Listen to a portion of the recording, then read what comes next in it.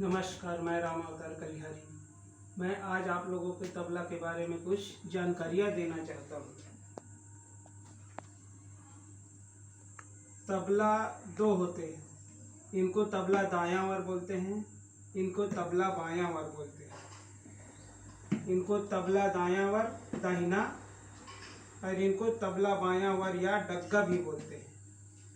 ये तबला शीशम या बीजा के लकड़ी के बने होते हैं। इनको ज़्यादा उत्तम माना जाता है, शीशम या बीजा के लकड़ी को।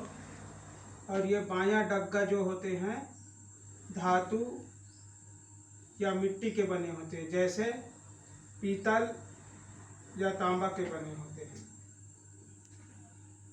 तबला में इनको पूड़ी या पल्ली बोला जाता है।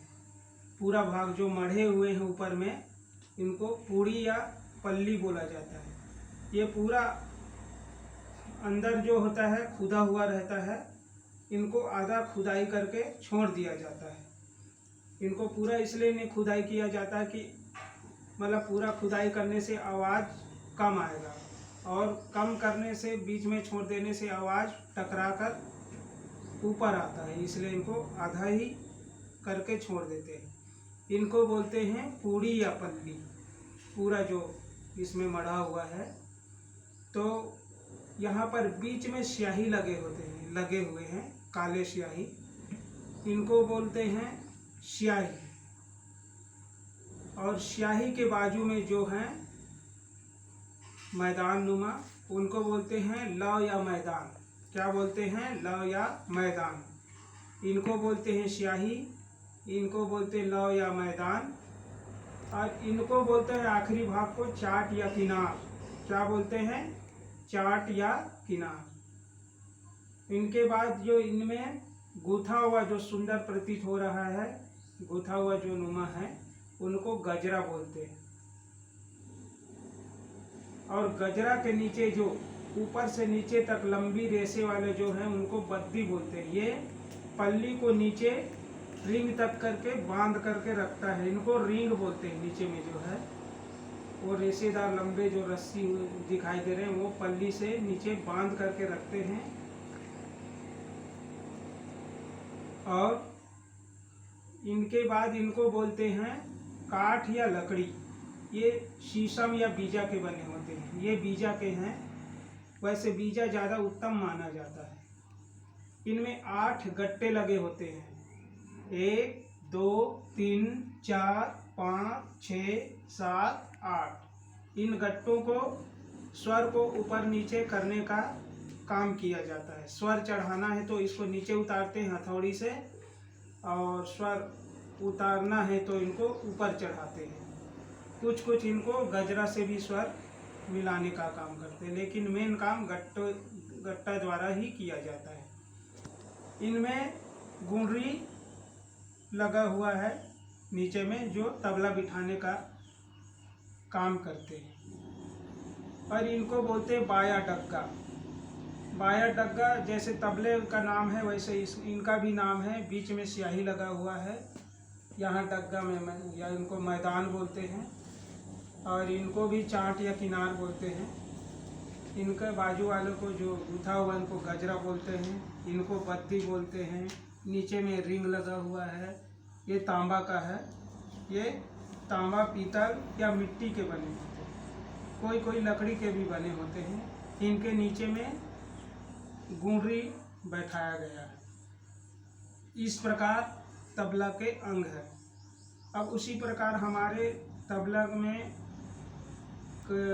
बजाने के लिए निम्न उंगलियों का प्रयोग किया जाता है। इनको बोलते हैं तर्जनी। क्या बोलते हैं? तर्जनी। इनको बोलते हैं मध्यिका।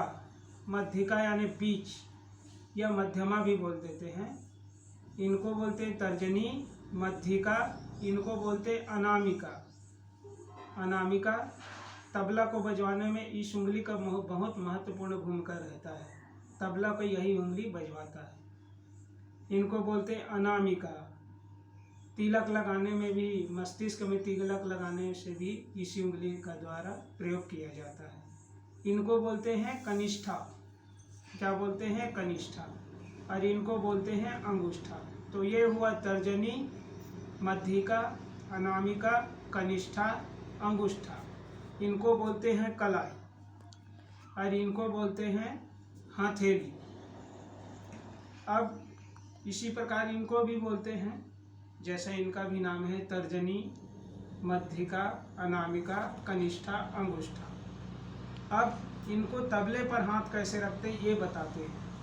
ये अनामिका को जस्ट स्याही के किनार पर रखा जाता है। इनको दबा करके रखते हैं और ये आगे, इतना आगे भी नहीं जाना चाहिए, यहाँ से बाहर भी नहीं आना चाहिए, इतने में ही रखा जाता है और दबा करके रखा जाता है। इनको ऐसे आगे पीछे करने से भी सन सन का आवाज आता है, इससे बोल निकास सही नहीं आता, इसलिए एक जगह दबा के रखा जाता है।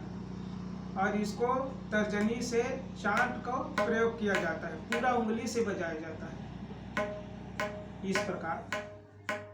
और इनके नीचे अंगूठा गजरा से लटकता रहता है।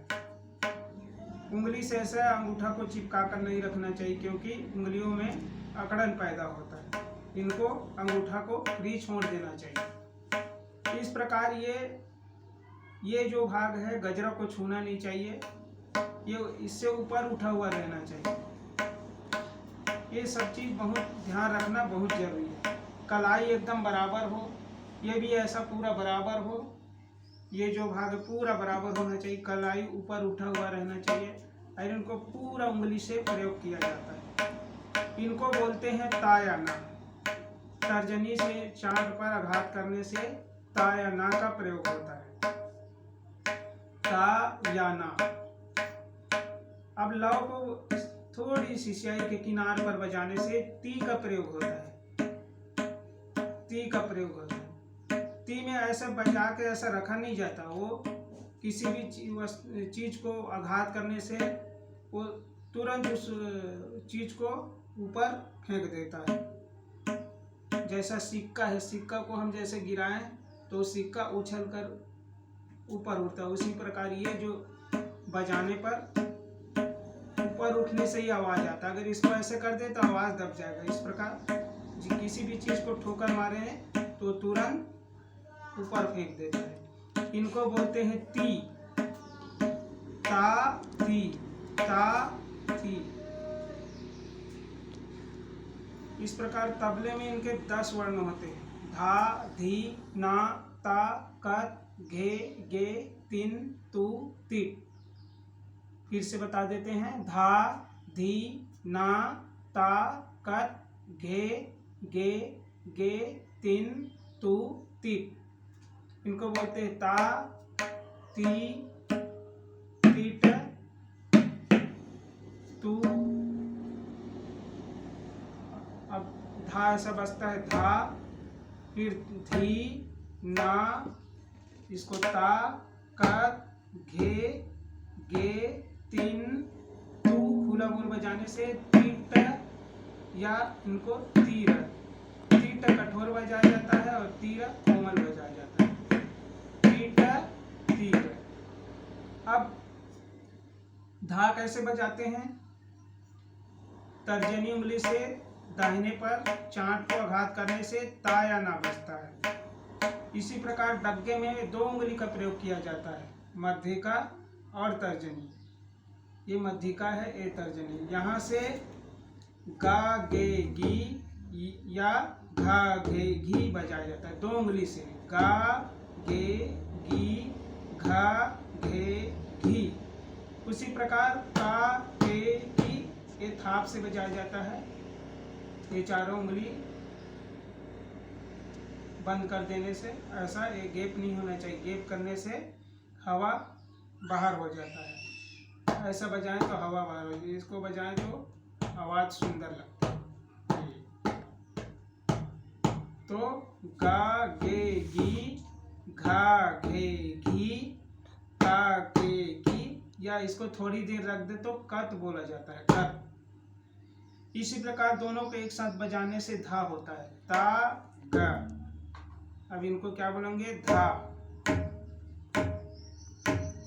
दोनों एक साथ बजा रहे हैं, इधर से तर्जनी इधर से मध्यिका, तो धा। उसी प्रकार यहाँ पर धी बजाया जाता है, इधर का तर्जनी और दाएं का तर्जनी, बाएं का तर्जनी और दाएं का तर्जनी दोनों मिलाकर धी का प्रयोग होता है। धा धी, धा धी, धा धी। इस प्रकार एक ताल के बारे में आपके सामने चर्चा करते हैं। जैसे दादरा ताल। दादरा ताल 6 मात्रा के होते हैं। इनमें एक ताली और एक खाली होते हैं। पहली मात्रा पर ताली होती है और चौथी मात्रा पर खाली होती है। ताली को ताल ऐसे ताली दिया जाता है और खाली को ऐसा इशारा कर देने से वो खाली का महसूस दिलाता है। जैसे धा धी ना, धा ती ना, 1 2 3 4 5 6। धा धी ना, धा ती ना, 1 2 3 4 5 6। अब इनको बजाते हैं। इनमें पहली मात्रा पर ताली होती है और चौथी मात्रा पर खाली होती है। धा धी ना, धा ती ना, धा धी ना, धा ती ना। अब धा बजाने के लिए इस उंगली को दबा कर रखते हैं और इस उंगली से धा, ये धा है, ये धी है, ना, धा ती ना, धा धी ना, धा ती ना। इसी प्रकार धा धी ना, धा धी ना, धा धी ना, धा धी।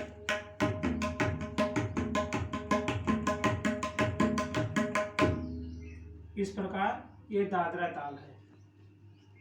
नमस्कार।